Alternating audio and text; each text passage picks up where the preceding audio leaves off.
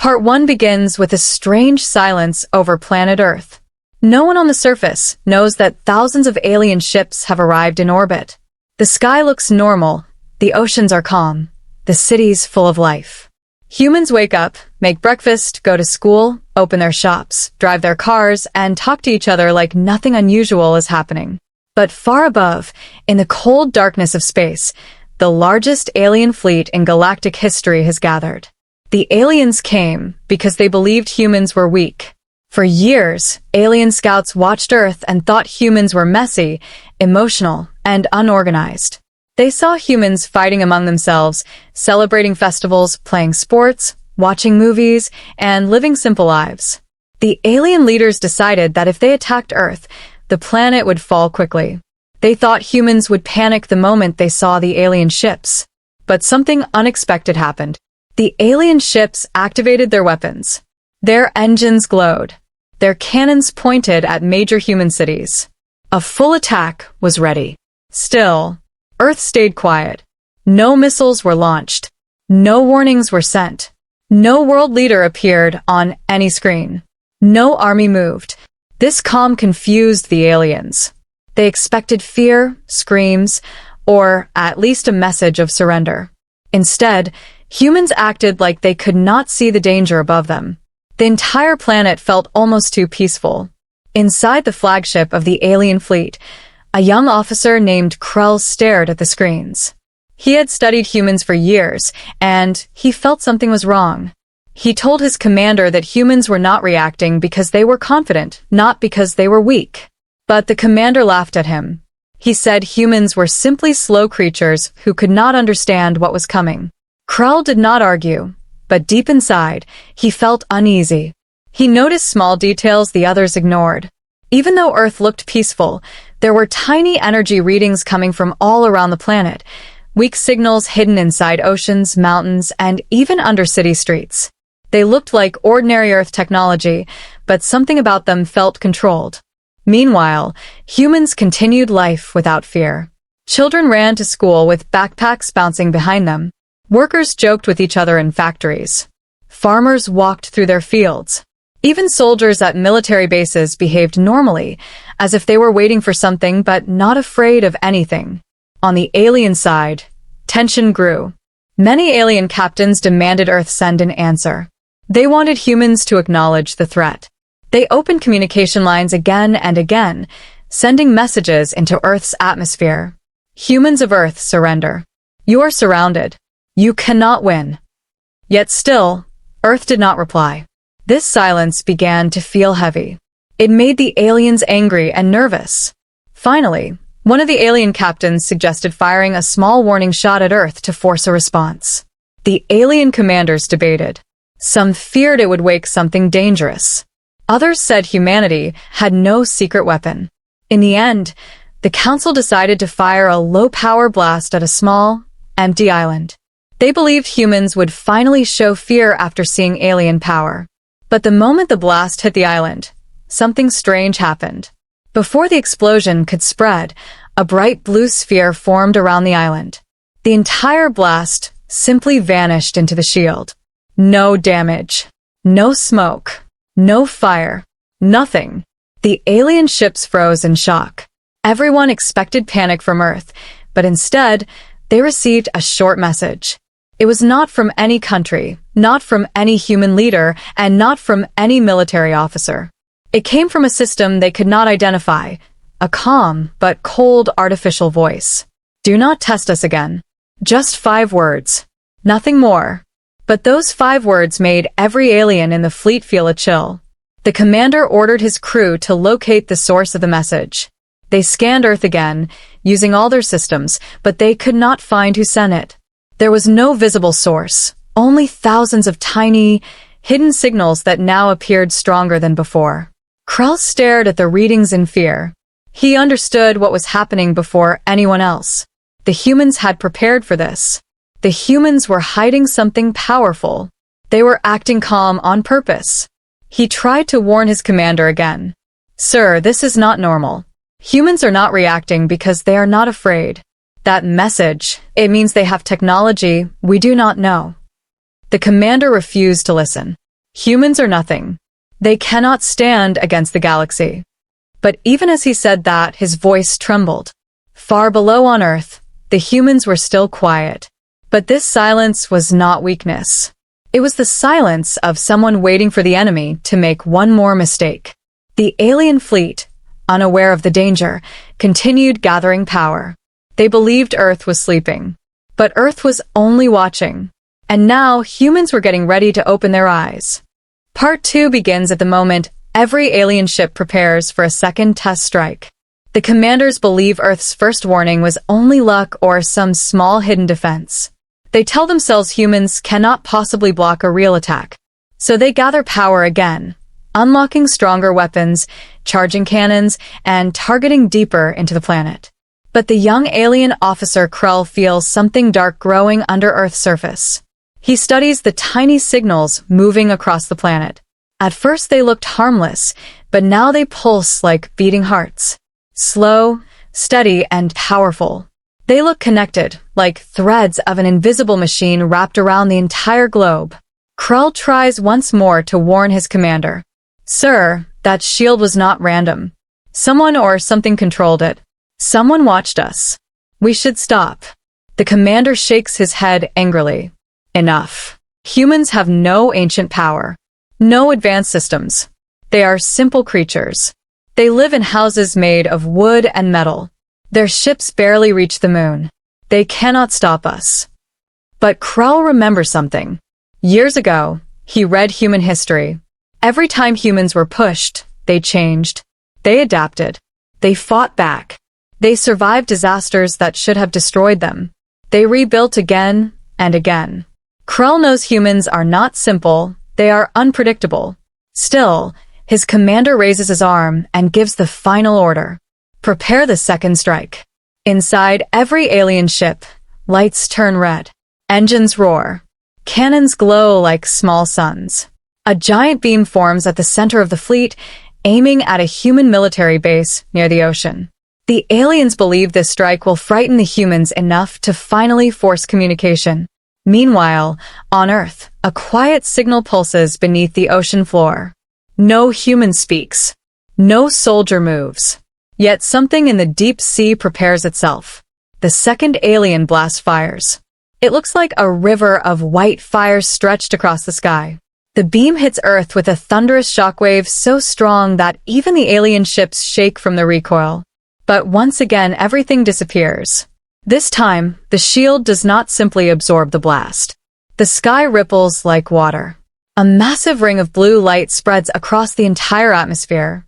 The beam gets swallowed, twisted, and then erased as if it never existed. The aliens panic. Even the commander steps back in fear. What is this technology? An answer comes instantly. A calm human voice, again from no known location, speaks across every alien ship. You were warned not to test us again. The message ends. No threat. No anger. Just a simple statement, but it feels sharper than any weapon. The alien fleet goes silent. Krell feels his hands shaking. He knows this is not normal human behavior. Humans get emotional. Humans shout, scream, argue, or demand answers. But this voice is not emotional.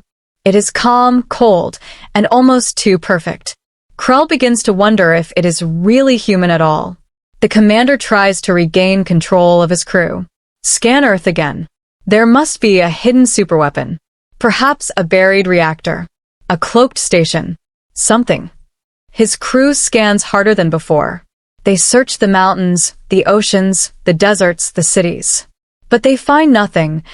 Only thousands of small energy points that somehow hide from deeper scans. It looks like Earth systems are masking themselves, refusing to show their true form. This only makes Krell more afraid. In one corner of his screen, he sees a strange pattern. Those tiny signals all blink at the exact same time, like synchronized eyes watching the alien fleet. Then they blink again. And again. Like something living is responding to the attacks. The aliens are not attacking a weak planet. They are poking a sleeping creature. Suddenly, the entire ocean surface shakes. Waves rise high. Clouds swirl over the sea. For a moment, The aliens think it is natural weather until something metallic glows from beneath the water. A huge circular structure rotates slowly under the waves. It looks ancient, powerful, and alive. The aliens hear a deep rumble spreading across the water like a growl. Krell whispers, "This is not normal human tech. This is something else." Before anyone can answer, the structure sinks back into the ocean, hiding itself again. But now the alien fleet knows. Earth has secrets. Earth has hidden weapons. Earth is not weak. Despite this, the commander refuses to stop. "Charge all cannons," he shouts. This time, we destroy the shield completely. Every alien ship obeys, but Krell cannot. His instincts scream that another attack will wake something much worse. He steps forward and says, "Commander, if we attack again, we may not survive." The commander glares at him. "Humans cannot harm us." Krell stares at Earth, a planet that looks peaceful, calm, and harmless. But for the first time, he realizes something terrifying. Humans are not harmless. They are hiding their true self. They are waiting. And the galaxy has no idea what happens when humans stop pretending. The alien fleet prepares for a full attack, but Earth remains silent. No panic, no messages, no armies moving. This silence feels heavier than any weapon.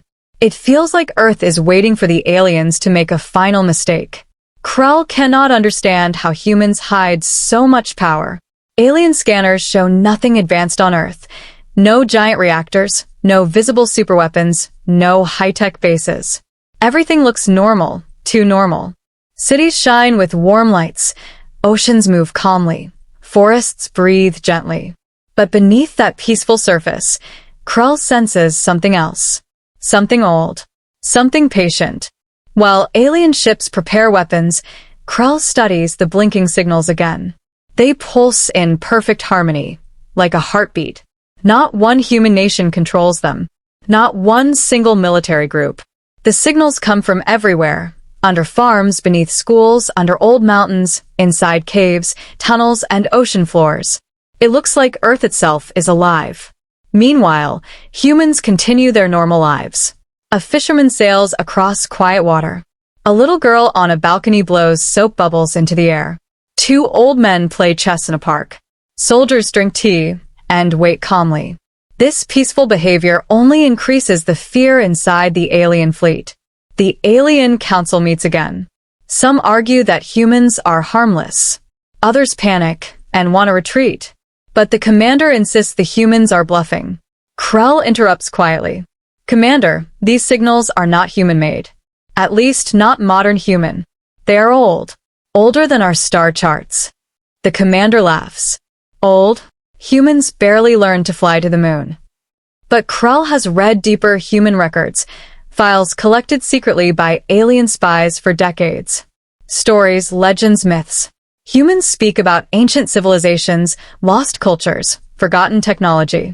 At first the aliens thought these were only stories, but now, Krell is not sure anymore. The crew tries to scan the ocean again, where the shining structure appeared. But whatever rose from the deep has hidden itself perfectly. Not a single trace remains. It is like the sea itself swallowed the evidence. Then something even stranger happens. For the first time, Earth sends a tiny signal to space. A single pulse. Quiet. Soft. Too soft for most aliens to notice. But Krell sees it. It is a code. Not a threat. A countdown. It starts from 10. Krell jumps from his seat. "Commander, Earth is warning us." But the commander refuses to listen. Instead he shouts, "All ships, prepare to fire." The countdown reaches 5. Alien engines glow brighter. The countdown reaches 2. Alien cannons open. The countdown reaches 1. Then it stops. Everything on Earth goes silent. The signals stop blinking. The oceans become still. The skies turn cold. Krell feels his heart freeze. The humans are no longer pretending. They are preparing. Then the signal returns. But now it is not a countdown. It is a message. A single word spoken by the same calm, cold voice. "Ready." And the entire alien fleet suddenly understands. Earth is not hiding weakness. Earth is hiding power. Power the galaxy has never seen. The alien commander refuses to retreat. His pride is stronger than his fear. He orders the entire fleet to fire together, every cannon, every missile, every beam. Alien ships glow like stars. Space becomes bright with deadly energy. Krell watches helplessly as the first wave of attacks heads toward Earth. He expects the shield to appear again, but this time, Earth does something different. The ocean begins to rise. Not slowly, violently. Like something enormous is pushing the water upward. Massive towers of water spiral into the sky, spinning like claws reaching toward space. Storm clouds form instantly, circling in a perfect ring. Lightning flashes inside the clouds, but the lightning is not natural. It is white, golden, metallic. The ocean surface splits open. Something huge climbs out. The aliens stare in horror as an enormous structure rises, a tower of black metal covered in glowing blue lines. It is kilometers tall, taller than any building on Earth. Water pours off its sides like waterfalls. It looks ancient but alive. Alive and angry. The alien fleet recognizes the structure and begins screaming across radio channels. It's a Leviathan. Impossible. This species should not have won. Retreat. Retreat. Leviathan-class machines were only rumors in the galaxy. Weapons from a long-dead civilization. Machines capable of destroying fleets alone. No empire ever found one. No planet was supposed to own such a thing. But Earth has won. The Leviathan rises fully from the ocean, its massive head covered in rotating rings of metal. Its eyes glow bright white, like two suns. When it activates, every alien ship's system glitches. Screens flicker. Engines stutter. Weapons malfunction. Krell's ship shakes violently. "Commander, you must retreat now," he begs. But the commander stands frozen. His eyes locked on the ocean giant. He finally understands the truth, but it is too late. The Leviathan opens its mouth. But instead of fire, it releases a scream. A sound so deep and powerful it shakes oceans, mountains, and entire ships. The scream pushes through space like a shockwave, hitting every alien vessel. Shields collapse. Engines shut off instantly. Half the fleet loses power. The aliens panic. But Earth is not done. From the clouds above, beams of white light strike down into the sea. More shapes rise, 3 smaller Leviathans, all connected by glowing blue lines, forming a grid of power around the planet. These machines were sleeping for centuries, waiting, watching, ready for the day humans needed them. And now that day has come. A human general appears on every alien screen. Not angry, not shouting. Calm and steady. "You were given 2 warnings," he says. "This is the last one. Turn back or face extinction." But the alien commander, blinded by pride, screams, "Fire again." And this is the moment Earth decides. Humans tried peace. Humans tried warnings. Now humans must show what happens when they stop pretending to be civilized. Part 5 begins as the alien fleets, despite every warning and failed attack, decide to launch a full-scale assault. Thousands of ships move at top speed, firing weapons across the atmosphere, aiming for human cities, military bases, and even orbital satellites. The aliens are confident this time. They believe Earth cannot defend itself against such a combined strike. But Earth does not panic. Instead, a quiet calm spreads across the planet, like a deep, invisible wave. From every major city, satellite, and ocean platform, small hums and flashes of light appear. At first, the aliens think it is a minor interference or atmospheric phenomenon. They are wrong. Suddenly, every human defense system activates at once. Laser turrets rise from underground bunkers. Giant railguns on mountains rotate and lock onto alien ships. Orbital defense platforms, previously invisible, hum with energy as they track every incoming projectile. The aliens fire their weapons, but in moments, the results are catastrophic for them. Every ship that attacks is met with precise counterfire. Beams slice through alien hulls, missiles are vaporized midair, and fighters are shredded before they reach Earth's atmosphere. Krell watches in disbelief. They do not just defend themselves, he whispers. They anticipate every move, every strike, every strategy we think we can use. The alien commanders scream orders to retreat, reorganize, or change formation, but it is useless. The humans are already everywhere at once, invisible yet perfectly coordinated. Every attempt to gain the upper hand fails, leaving alien crews terrified and confused. Amidst the chaos, Krell realizes something even more frightening. Humans are not attacking. Every defense move is purely reactive. They're holding back, restraining themselves, choosing not to escalate. If humans wanted to destroy the alien fleet entirely, they could do it in minutes. Every alien ship that dares to fire is destroyed in one precise counterattack, yet no human launches a first strike on any innocent alien craft. He turns to his commander, voice trembling. They do not enjoy war, but they are perfect at it. We have awakened something that does not fight for pleasure, only for survival. The alien commander laughs nervously. It's impossible. They are primitive creatures. But deep down, he knows it is true. Humans are something far beyond what they imagined. Every assumption they held about weakness and simplicity is shattered in seconds. The battle continues for hours, but humans maintain control without showing anger or cruelty. Cities glow as shields flare. Oceans shimmer with reflected energy, and skies burn with beams and explosions. Yet underneath it all, there is no panic, no desperation, just the cold, calculated strength of a species that will not yield. Krell sees alien ships breaking apart, pilots abandoning controls, fleets scattering in fear. The humans, however, do not pursue. They simply defend, protect, and maintain their calm. This deliberate restraint is more terrifying than any weapon. At the center of it all, Krell finally understands the truth. Humans do not need to attack to win. They are prepared for total war, and yet they choose peace for now. But if pushed, if forced to, they could annihilate entire fleets, planets, or even empires.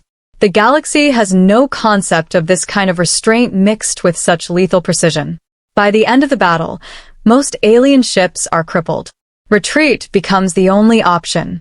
The surviving alien fleets pull back, shaken, confused, and terrified. Humans watch silently, like predators waiting patiently in the shadows, allowing the aliens to leave so that the next encounter will not be careless. Krell whispers to himself, staring at the earth below. They did not even attack, and yet we have lost everything we thought we knew about them. The galaxy has underestimated humans, and we will pay for it.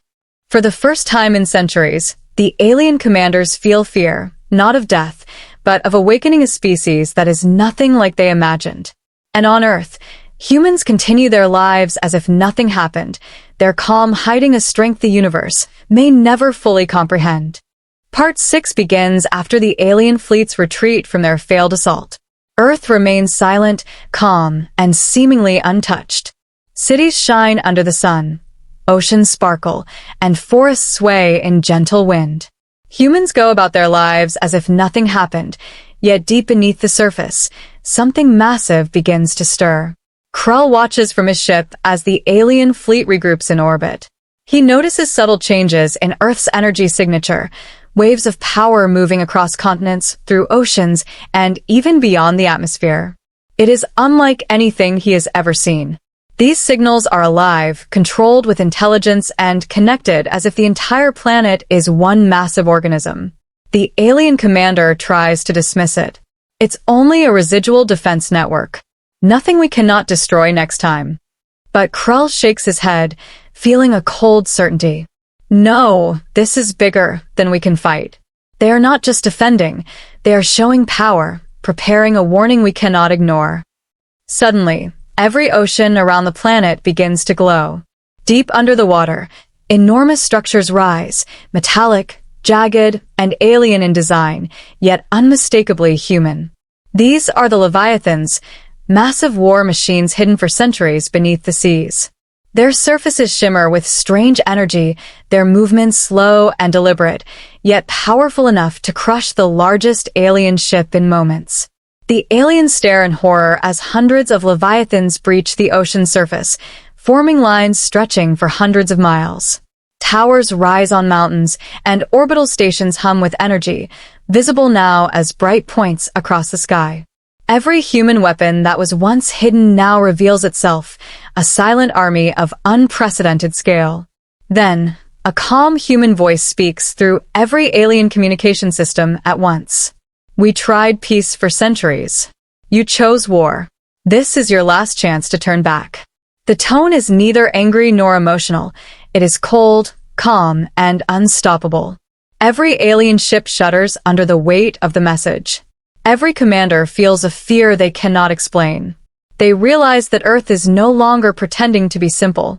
Humans are showing their strength, not to attack, but to warn. Krell notices something else. The Leviathans are not just machines. They move as if alive. Their sensors track every alien ship. Beams of energy extend from them, but none fire unless provoked. Every weapon, every turret, every satellite is linked into a single, intelligent network. Humans could destroy the alien fleets in minutes, but they do not. The aliens are trapped in a nightmare of restraint. They see the full potential of humanity and understand the unspoken threat. Push further, and nothing in the galaxy will survive. Then Earth sends a final signal, a holographic simulation visible across the alien fleet. Stars collapse, entire planets disintegrate, and waves of energy ripple across galaxies. It is a vision of absolute destruction. And at the center of it is a simple, terrifying statement. We do not want this, but we can do this. The alien fleets fall silent. Every leader feels fear for the first time. Not fear of defeat, not fear of death, but fear of a species that does not enjoy war, yet is perfect at it. Krell stares at the humans below, whispering to himself, "They do not attack, but they can end empires. We thought we were powerful, but we awakened a monster we cannot control." For the first time, the aliens understand the true meaning of Earth's final warning. Humans are not pretending to be civilized, they were only restrained. And now their patience is at an end. The fleet retreats, broken and terrified, knowing that any further aggression could awaken full human power. And yet humans do not pursue them. Earth chooses peace. It only demands respect. Krell realizes the truth. This is a species the galaxy cannot underestimate. And for the first time, he fears humanity more than any alien empire he has ever known. Part 7 begins after the alien fleets have fully retreated. Silence spreads across space, broken only by the hum of alien engines carrying fleets that are beaten, shaken, and terrified. The galaxy watches in disbelief. A planet that seemed ordinary has just demonstrated unimaginable power without firing a single offensive shot. Krell floats in his ship, staring at Earth below. The planet looks calm, beautiful, and alive.